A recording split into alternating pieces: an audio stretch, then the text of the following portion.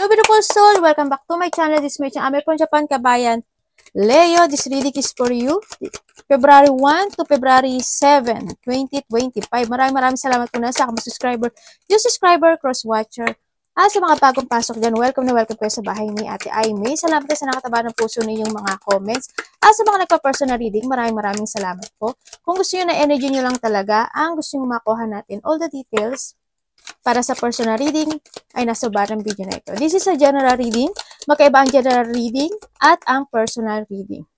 Kunin mo lang sa'yo at itapon ang hindi sa'yo. Nangyayari or mangyayari pa lang. Use your own intuition. Lawakan natin ang ating isipan. Napakarami yung energy sa mundong ito. Kapag hindi ito nag-resonate sa inyo at hindi naman nangyari, ibig sabihin hindi nyo energy ang ating nakukuha. Para kay Leo, February 1 to February 7, 2025. Ito pa tayo na isa. Finger. Anim na ba to? Okay. Para kay Leo, please show me.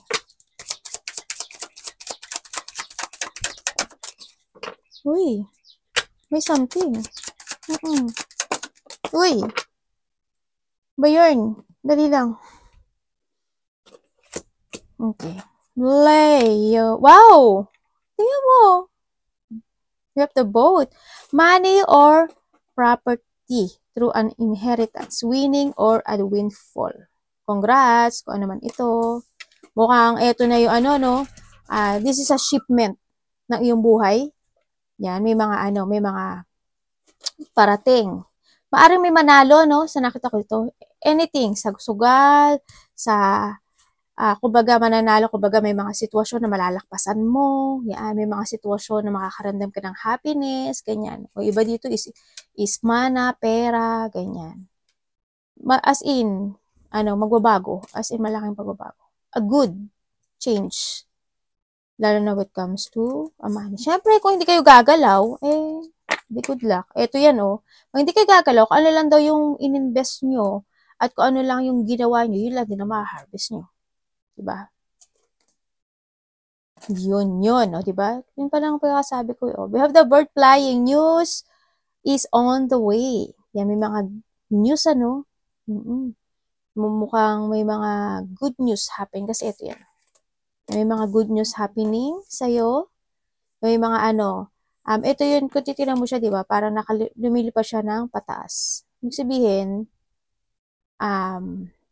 you spread your wings. And then, you fly high this time. Magiging ka na, malayang-malaya ka na, hando na yung kalayaan mo this time, sa nakikita ko dito, sa ibang aspeto ng buhay mo. Kumbaga, papatayog ka na, no? Nagbabago na. Good advice from a wise person. Maaring ikaw ang mag-a-advise or maaring kapatid mo, ganyan, magbibigay sa'yo ng advice, ikaw or may magbibigay. Ganyan. Some advice, maaring makaka-receive ka or magbibigay ka. We have the V.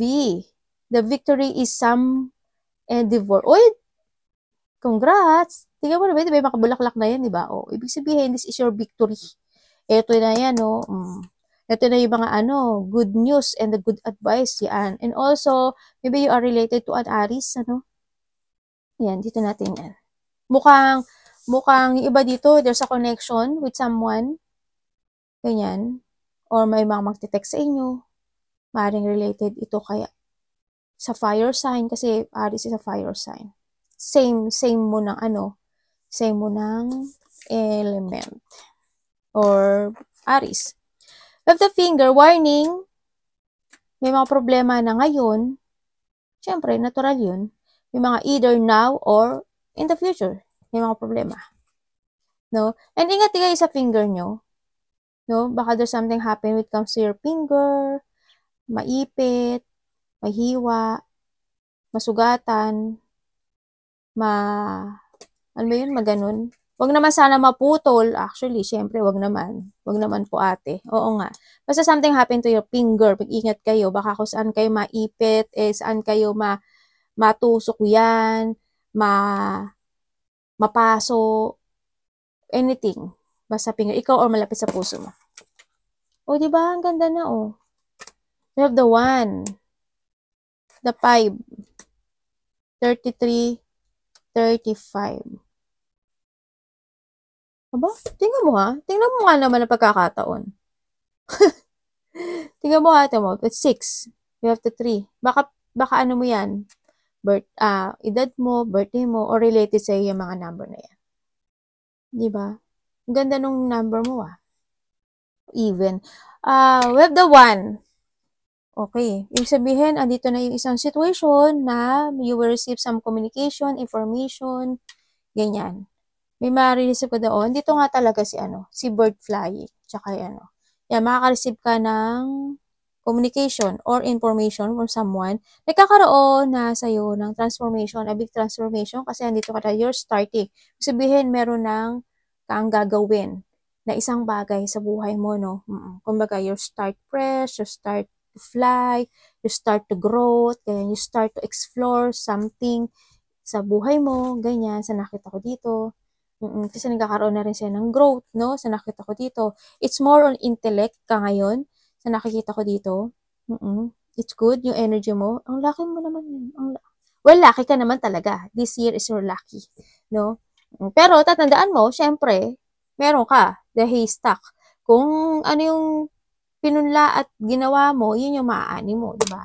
Baka too much expectation kayo, ha? Kung ano yung trabaho mo, yun ang aanihin mo. Yun ang nakikita ko sa'yo, yan may mga gagawin ka na daw na isang activity, doing your fashion, may mga biglaang mangyayari, you will receive news and messages, ganyan, sa nakita ko dito, and may mga i-start ka na, siguro, it come to a passion, yung mga gusto mong, gawin, taking exercise, pagpapalawak na iyong career, ng iyong sarili, focus to your health, focus to your money, focus sa lahat. As in, you will start something. Ang nakikita ko dito. Tsaka may mga iisipin ka raw. Ang nakita ko to.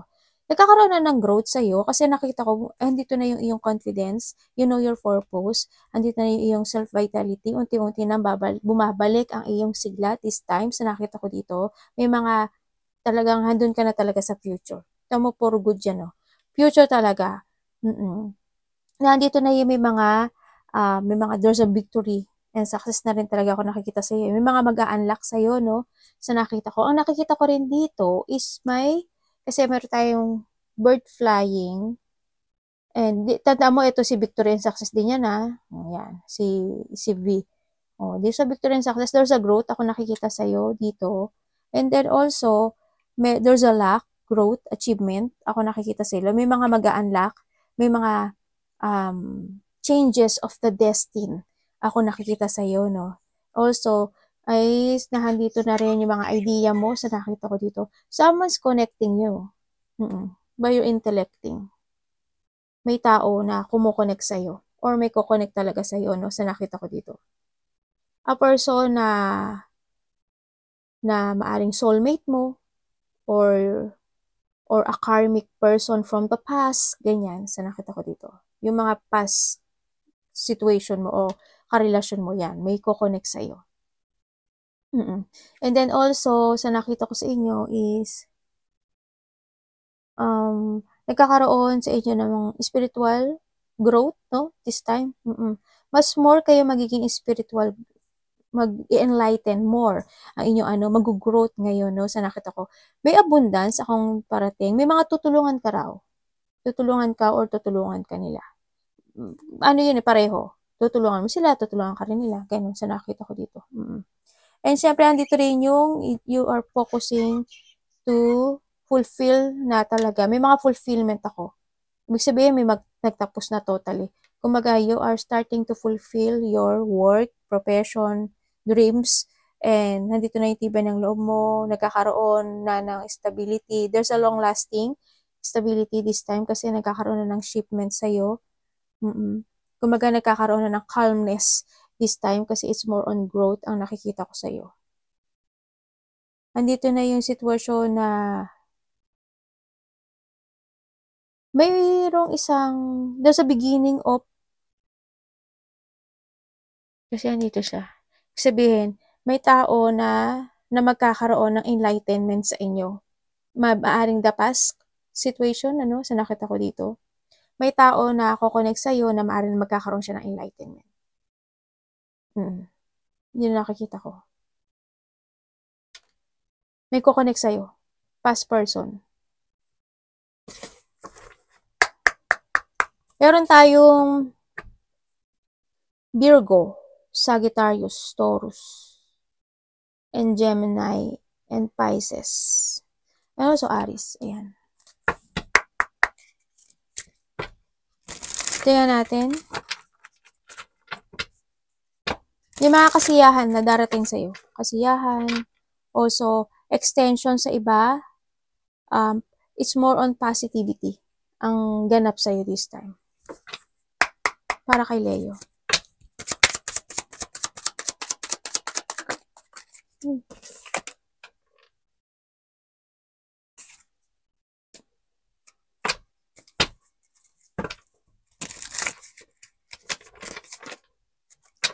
Para kay Leo, show me.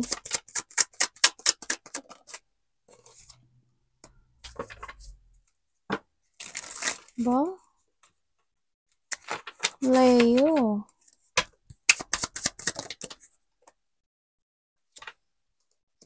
Parang puro dark ka. You know, parang puro dark siya, diba? Teka nga, isipin ko na. Para kay Leo.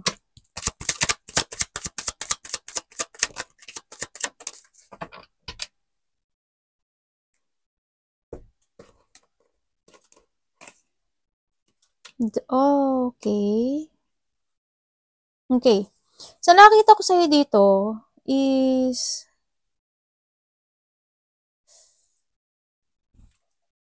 you are starting sa iyong sarili this time. Hindi ko lang alam kung ikaw pang night shift or siguro magigising-gising ka at night na sa nakikita ko dito. Mas more mong maiintindihan ngayon o mas more ka ngayong magkakaroon ng mga kamalayan this time kung ano talaga yung mga gusto mong plano this time. Kung ano yung mga gusto mong plano. Kumbaga magkakaroon ka ng mga new strategy, mga bagong pananaw sa kinabukasan, ando ka sa sitwasyon, ando ka na din eh. No, you are focusing right now sa sarili mo, you're more trusting ka sa iyong intuition, focus ka sa sarili mo, ganyan. And then, sa nakita ko dito, andito ka na talaga sa may mga ipopurso ka this time na mga bago to, mga bagong communication with someone, bagong project, ganyan, bagong creation, bagong creativity, mga bagong ideas, sa iba, mga bagong inspirations in life ang meron ka ngayon, mga situation na yun nga, you start something project, ganyan nakita ko eh. Tapos, andito na yung you are focusing sa iyong bagong tinatahak na sitwasyon sa ngayon, sa nakikita ko dito. Mas more intellectual. Kumbaga nandito na yung intellectual ability. This time, it's more on enlightenment. It comes to your instinct, intuition, ganyan. Nandun ka na sa sitwasyon mo. Tingnan natin.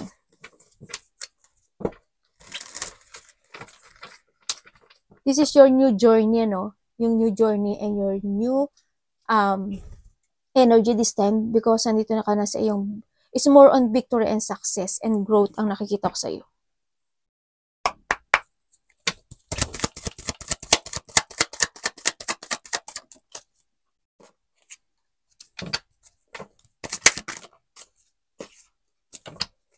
Ano to?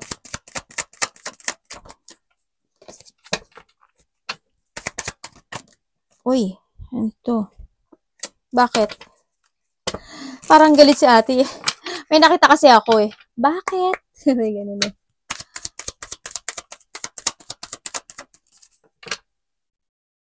Anong nito?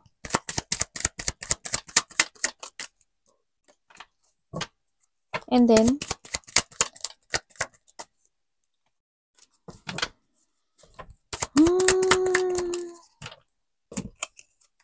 okay. Leo, aray, sandali lang. Namulikat ako. Sorry. Sorry. Promise yung daliri ko sa... Nilamig ata. Sana pala nag-medyas ako. Namulikat yung daliri ko sa paa. Bilang nag-squeeze na gano'n. Sorry. Okay, Leo, so nakita ko sa'yo dito, merong isang tao na there's something delay eh. There's something delay in your life na maaring naiisip or maiisip mo siya. Kasi why? Merong isang sitwasyon sa buhay mo na unfinished. No, it's unfinished sa nakikita ko dito.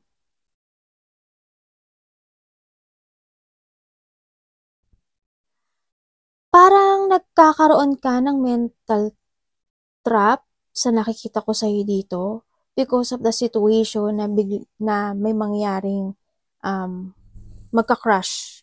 Ganyan. Magkakaroon, oh my God. Kailangan ko kuhanin to sa inyo. Okay. Biglang may mangyayari.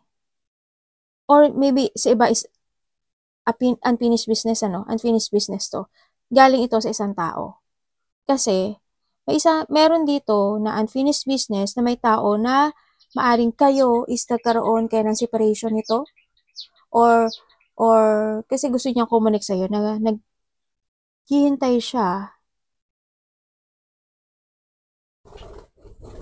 Hindi ko alam kung nilak mo siya o ayaw mo siyang kausapin. Parang ganun nakita ko eh. Maybe you block this person o ayaw mo siyang kausapin. Kasi nakita ko dito, gusto niya kang kausapin. Nitong taon na to. O, maaaring nagkaroon ng separation o nagkaroon ng mga breaking situation. Maaaring matagal kayo ng taon na to. Maaaring 6 years, 7, 10 kayo nitong taon na to o 4 man yan. O iba dito baka 20 pa nga. No? Months man yan, years man yan, weeks man yan, ang nakita ko dito, iba dito, iba dito 6 years, 16. Yung iba 16, yung iba, ganun. Kunin mo lang yung sa'yo doon. Yun, itong tao na to is, parang hindi siya sa sitwasyon na they're still waiting for something sa'yo, kasi parang nagkakaroon siya ng burden. Kasi why? Ang nakita ko sa'yo dito is medyo may pagka-cold ka sa kanya. Na maaring siya is naghihintay kasi maaring hindi mo siya sinasagot or hindi ka nag-answer sa kanya sa nakikita ko dito. Kasi they want to collaborate or gusto niya uli ng magkaroon sa inyong dalawa or magkaroon ng balikan, no? Sa nakita ko kasi gusto niya uli ng 10 of Cups itong tao na to. Maaring gusto niya ng new beginning sa'yo sa nakikita ko dito. Pero ang nakikita ko sa kanya, hindi mo siya kinakausap. Maybe you block this person o ayaw mo lang talaga siya kausapin ngayon. Sa nakikita ko dito, yan. May tao na gustong kumonek sa'yo at gusto niya uling mabuo ang nasirang relationship. No? Sa nakita ko dito. Yun. Nagkakaroon siya ng burden this time kasi naghihintay siya eh. Actually, naghihintay siya. Hindi ko alam kung tinext ka niya, gusto ka niya kausapin, kinunet ka niya, or may-ari naman sa iba sa inyo is hindi mo siya nare-replyan. O kaya naman yung iba sa inyo is itong tao na to is nagkakaroon siya ng burden kasi hindi niya alam kung paano kanya i-connect or paano siya kanya kakausapin or paano tatawagan ka ba niya, i-text ka ba niya, kakausapin ka ba. Hindi niya kasi alam kung hindi man siya nag-connect sa'yo. Pero palagi kanyang iniisip at naghihintay siya. Sa tingin ko, iba dito nag-text to. Or ikaw ang nag-text ha, vice versa tayo.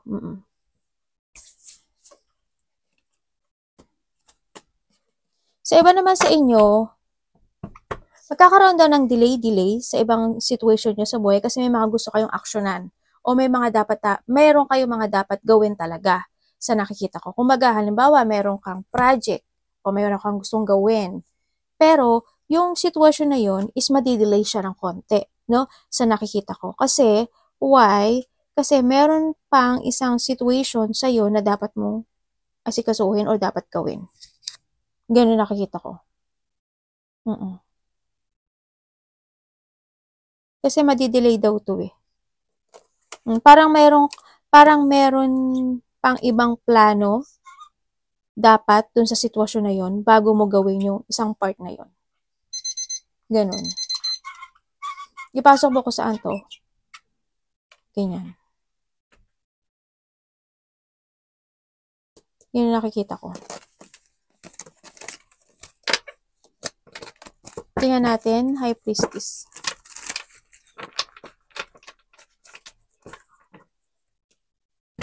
May konting delay, no?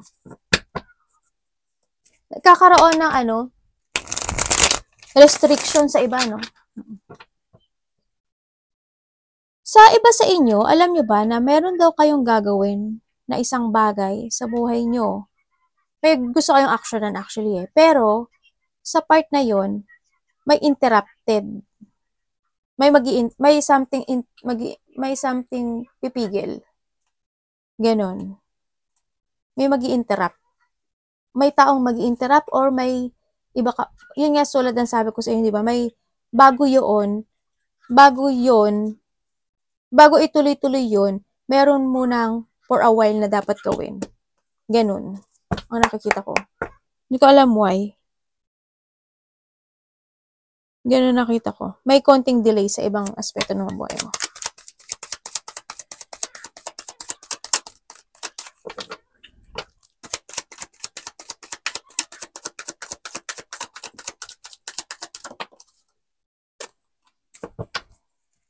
Uy, it is you.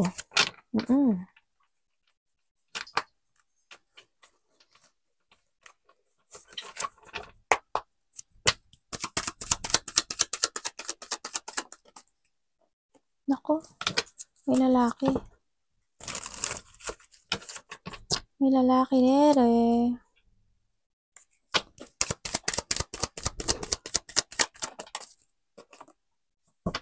High Priestess, panalo. Saan ka?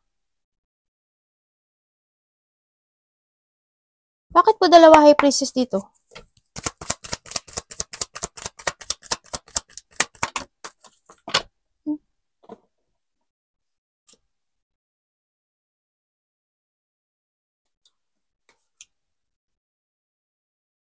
Okay, so nakikita ko sa'yo dito, Leo, sa ngayon is more confident ang nakikita ko sa'yo, no? More confident ka sa nakita ko dito. More ka nagko-focus ngayon sa trabaho mo, sa sarili mo. Andito yung sitwasyon na meron kang you jump to your fashion eh. Andito na yung sitwasyon na marami mga exciting plan akong nakikita sa'yo. Andito na rin yung may mga exciting creativity or adventure man yan sa iba sa inyo. Andin yung may mga gagawin kang magta-try ng maraming risk. This time, ibig sabihin may mga susubukan ka, no? Kang gagawin this time. May mga plano kang gano'n na susubukan mo. Yan, may mga pagsubok at i-workout mo gano'n. Either a work, ganyan, o kaya yung may itatry ka mga bagong yun nga, proyekto, risk, or mga plano na may excite ka, ganun. Bago, siguro ginagawa mo na dati, pero bago siya, sa iba bago. Kasi ang nakikita ko dito, may bagong tao dito. Ako nakikita, sa iba ha, maaring hindi kayo. May bagong tao dito na maaring makaka-workout mo. Ganyan sa nakita ko dito. Kumbaga kukonek siya sa'yo. Bago to. Hindi ko alam kung this is your lover, bagong tao na lovers mo or ma-attract sa sa'yo, ganyan. Pero bago to. Halimbawa, kung sa trabaho mo o sa negosyo mo, may tao kang makikilala. Negosyo. Sa tao. Ano ba yung mga explain ko, yan. And then, dito rin, sa iba naman sa inyo, is, merong kayong gagawin, at ibibigay mo yung effort and hard work mo doon. Kasi you're focusing right now sa sarili mo, maaari mag-exercise ka na, magpapaganda ka na, and then, may mga i-develop ka na skills mo, may mga mamasterin ka, ganyan, may mga aaralin ka, may mga pupukusan ka na ngayon this time, gano'n na nakikita ko sa'yo dito. Iba dito magta-try kayo na another path sa buhay nyo. Meron kayong mga may, 'di ba, may tao na maaring bago kayong makikilala this time. So nakikita ko dito. May bago kayong makikilala na tao na maaring makakasama mo siya sa work o makikilala mo siya sa work, ganyan.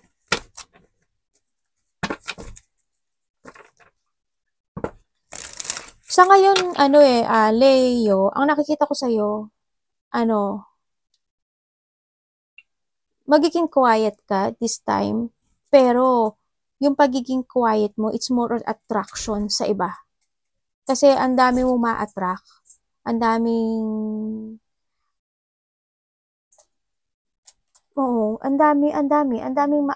attraction. Tapos may inspire ka raw sa mga gagawin mo this time. It's more on active ang nakikita kong energy mo this time. Talagang energy mo ay lumabas eh.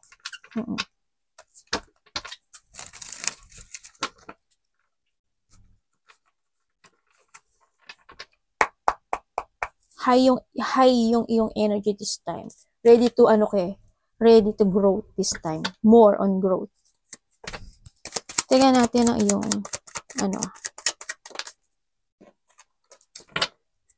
ano to?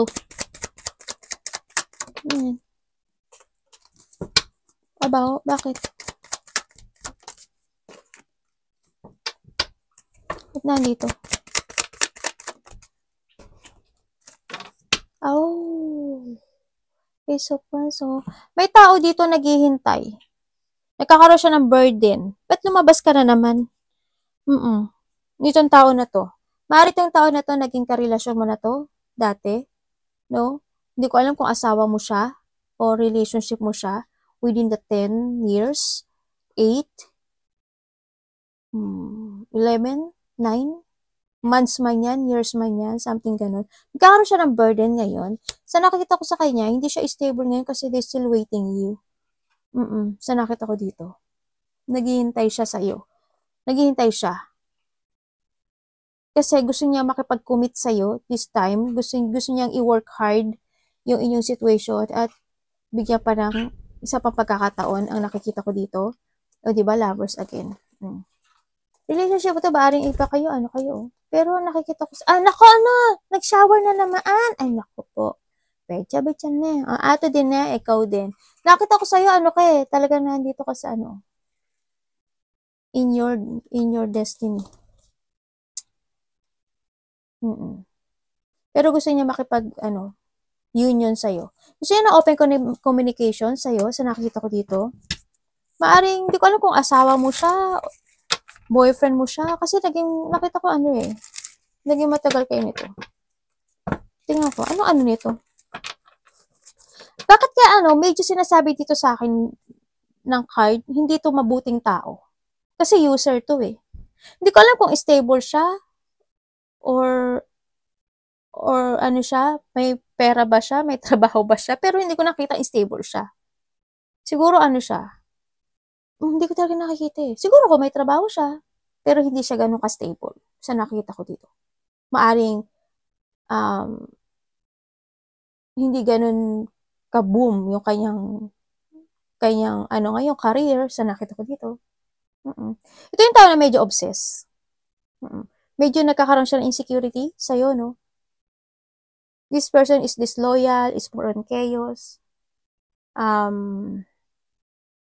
Disorganized kasi siya sa nakikita ko dito. Maaring ito yung nagbigay sa'yo ng problema or burden, pero siya ngayon nabe-burden. Parang nag-boomerang ata sa kanya yung situation na to, no, sa nakikita ko dito. Kasi ang kung naktitingnan ko to, we have the Sagittarius in fire. We have the Earth in Virgo. And we have the Taurus, Virgo, Capricorn. And Taurus. Yun. Ang nakita ko dito. And the Hangman pala. Water. Pisces, Cancer, Scorpio. Wala yung energy mo dito. Hindi ikaw to. Tingnan natin. Anong mo? Hero card. Mahalaga ka raw sa kanya. Gusto niya uli ng renewal sa'yo. Sa nakikita ko dito, ay baliktad.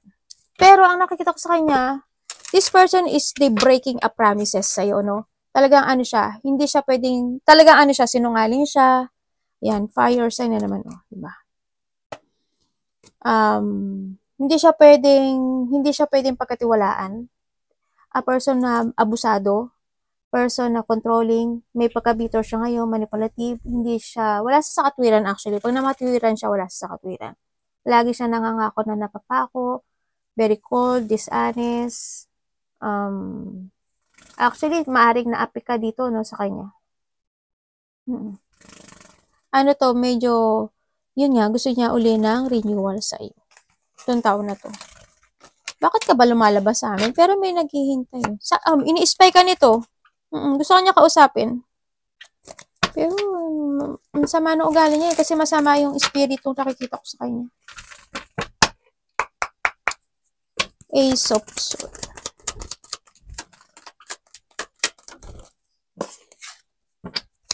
Ay.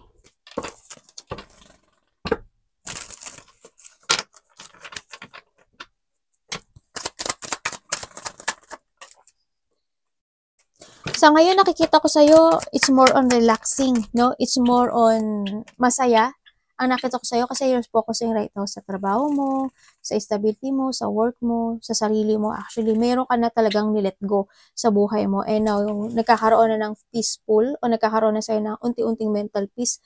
Oo, nandito na yung mental peace mo. As in, you starting a new journey in your life. Andito na talaga na may tinapos ka na sa buhay mo, no? Sa pagtatapos. May nakikita ko dito na there's a person who is on a distance na medyo nalulungkot siya. Ganyan. Sa nakita ko dito.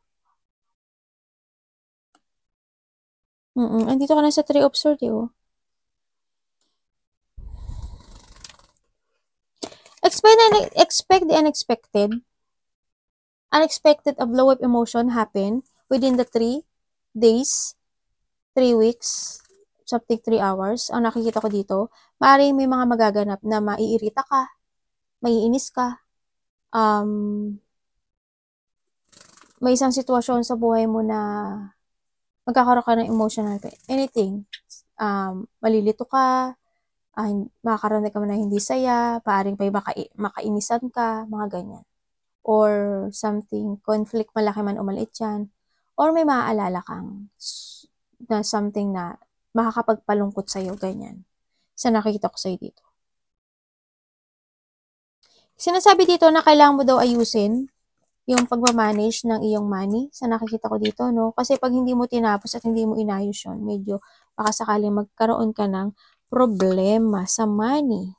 No? Sa nakita ko dito.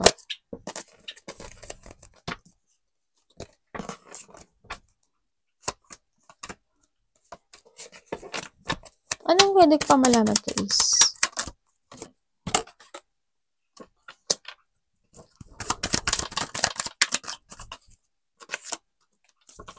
May tao there's a communication. Ako nakikita sa tao na nagsinungaling sa'yo. Magkakaroon ng communication sa kanya. Makikipag-ayos sa sa'yo. Yun ang sabi. Kasi gusto niya ng 10 of Cups.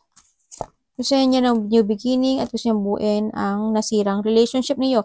Gusto niya ng pagkapatawad. Gusto niya ng new horizon pero nandito si Devil. Ingat ka. Maaaring itong taon na to is hindi pa rin siya nagbabago.